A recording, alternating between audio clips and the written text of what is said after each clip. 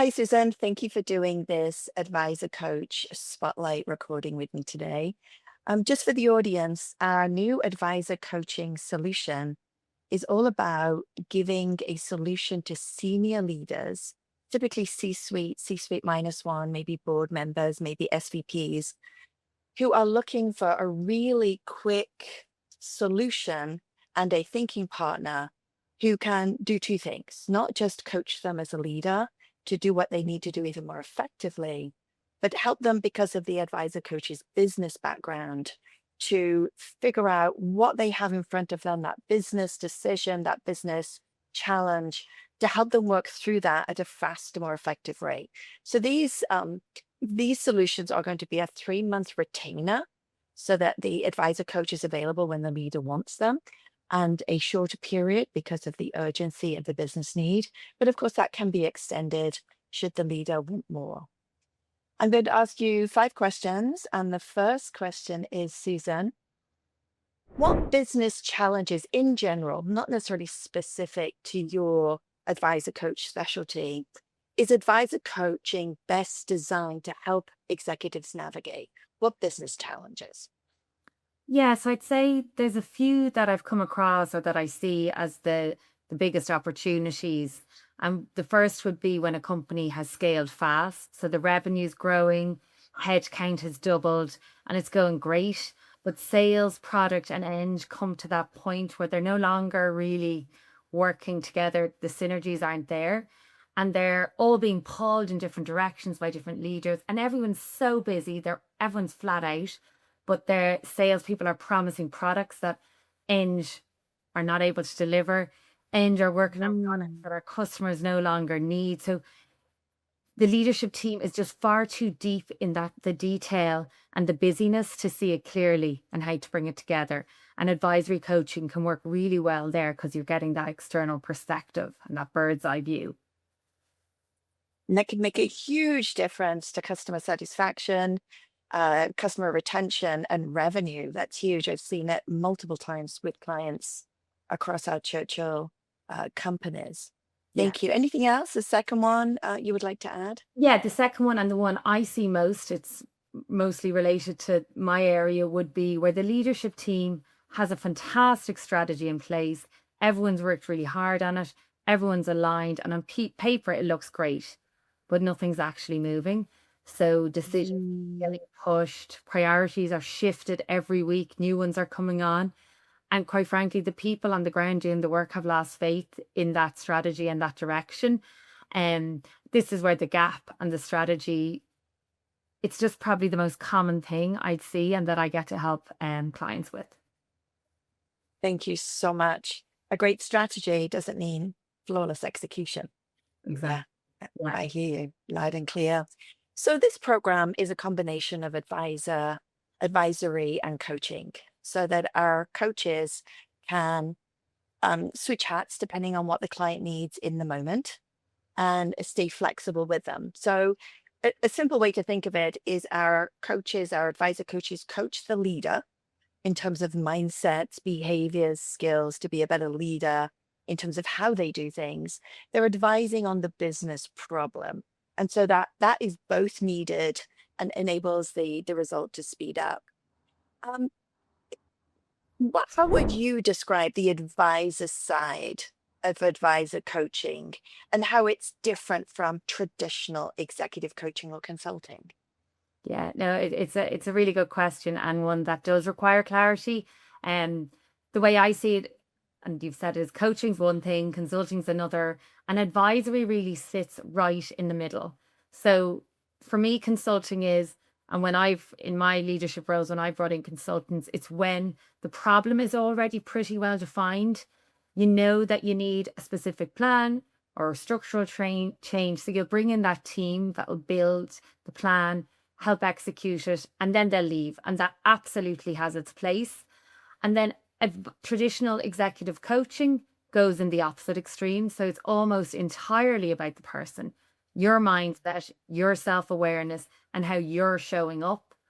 And then advisory coaching is different again because it handles both of those problems at the same time. So for me, we'll sit down and we'll look at the actual business problem and where is the strategy stalling, how is the team structured, what's blocking decisions. But I'm working with you, the person, the leader, to figure it out. Um, and for me, I'd spent 20 years at Google across sales and strategy leadership roles. And it means I'm not just bringing theory to these leaders.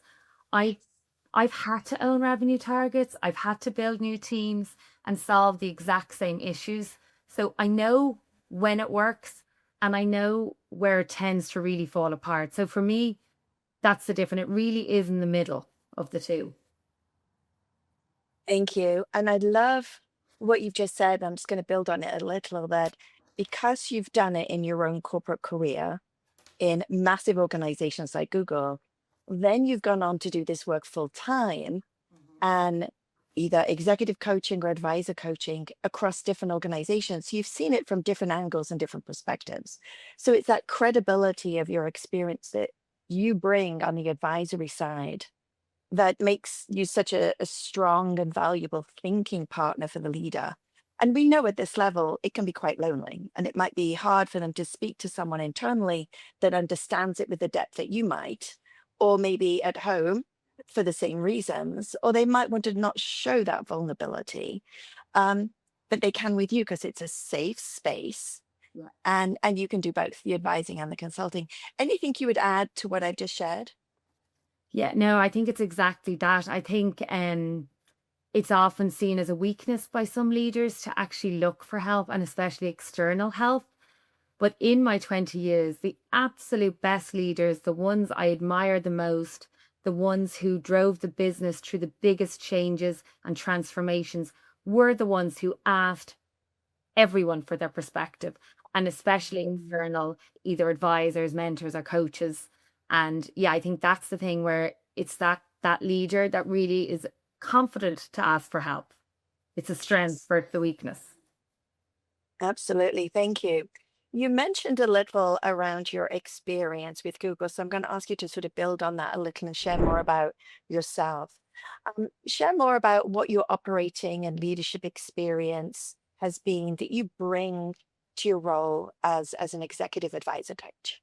Yeah. So as I said, I spent 20 years at Google. I started in Google Ireland, which is now probably 8,000 plus when there was 200 people, and built that from a startup to a scale up across many organizations. But my main experience is in the strategy go to market area and sales leadership roles. So I have owned revenue targets. I built go to market team from scratch in markets that had never proper commercial infrastructure. So this is another area you see leadership looking for advisories, entering new markets, scaling up a new product. I've been in the room when these big decisions are made at Google, and I've often been the one who had to go out and execute them with the team and Mm. bring them to fruition. So I suppose to your point, I know what it feels like. So it's not just me coming in going, here's the theory, here's the plan. I actually know what it feels like to have to deliver on a number, to be accountable for that, especially when the number looks impossible and you don't think you'll be able to hit it. And I know what it's like to try and get a full leadership team with very different personalities and priorities to agree on a priority when everyone has their own view of that problem and to move forward with it. And I suppose that's the experience in the advisory work. It's not frameworks, but it's an honest read on what's actually going on here and what's likely to work for this company. And I suppose I'm also a coach. So I'm also an accredited coach. So I can work at any of the levels. So I can work at the level of the business, but I can also work with that leader or another leader on their own performance. So it's just rarely that it's one or the other. So it's nice to be able to bring them together at times. Yes. And it was because of client demands of asking for more of this than just regular executive coaching, in terms of how we got to designing and launching this solution. So, absolutely, that makes perfect sense what you've just said. I remember when, as a sales leader, particularly for AstraZeneca, no matter how well you did, the sales targets for the region continue to go up, right? And you're like, it's going to be impossible. But to keep people not only focused on one strategy, but to then keep them aligned to that strategy with all the different distractions that come your way is so hard. This is the real world, right? Yeah. And again, coming from the outside in and having gone through it and made the mistakes many times and learned from them and developed, it's like it's now very clear. It's like, what's your strategy? How are you executing it? Where's the accountability at the individual level? And where's your comm strategy where you're repeating those same priorities over and over again to that sales team? And when it comes together and when you articulate it like that within the company, it just lands very well. Thank you. Thank you, Susan. Um, think of a moment in your own experience when you've played the role of advisor, and where you've made a measurable difference. You've had a really good impact with the client. And how did you know you'd had that impact? Is there a story you could share with us, please, while keeping anything client related confidential? Yeah, absolutely. A recent one, and it was a client that I had been coaching, and they wanted to accelerate their career, and they did. They ended up landing a big promotion. It was a much bigger role, so it had more markets. It was a sales leader, a larger team, commercial targets. That was a really big stretch, like we talked about. And a couple of months in, she was like, the things are not working here. There's something fundamentally wrong. Um, and she'd asked to work on that. Now we both agreed that it was no longer coaching, so the different swim lanes. And she brought me in to do advisory work within the company. And what I observed was the team had no real shared view on what the priorities were. The leadership's meetings weren't moving things forward. They weren't making decisions. And the leader was spending most of her time being reactive to everything that was popping up around the business. So for in this situation, we really went back to basics. We looked at who was accountable for what. Because of the slowness, it was coming from nobody making decisions or who was in charge. So we changed how the team meetings were run. We were very clear on how decisions were being made. We brought in a whole new quarterly, weekly, monthly review system. Um, and then we worked on how the leader was operating. So again, we went back to the coaching in those meetings because from my observations, the team was reading every single signal that was coming from her. So that was really critical on top of the advisory piece. Um, and it worked. By the end of the quarter, the numbers had improved and we better forecast accuracy. We had Yep. faster turnaround on decisions. And but the thing that you were saying, like, how did you really know it had landed? It was when the leader finally felt like they were actually running the business rather than just reacting to it. So it was that shift I felt between she was constantly behind, constantly overwhelmed, to actually being in control. And that's what really showed that it was working for me. Thank you. I felt the pressure as you're describing where she was initially, Yeah. right? So, like in full defense mode, not able to keep up with things, and the stress level that puts on someone. It's almost like your amygdala is activated in terms of brain pathways, and you can't give your best thinking. And that can become chronic, right, over time if there's not a fast solution. And I also noticed you said that quarter. So this was Yeah. fast advising, Yeah. great coaching to make sure she was showing up the right, best way to do it. Because particularly in the sales role, everyone's watching everything that you do.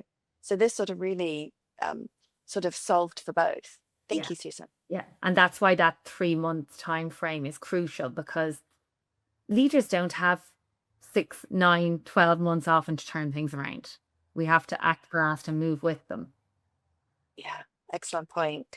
Um, is there anything about the advisor coaching solution that I haven't asked you that you would like to add as any final words?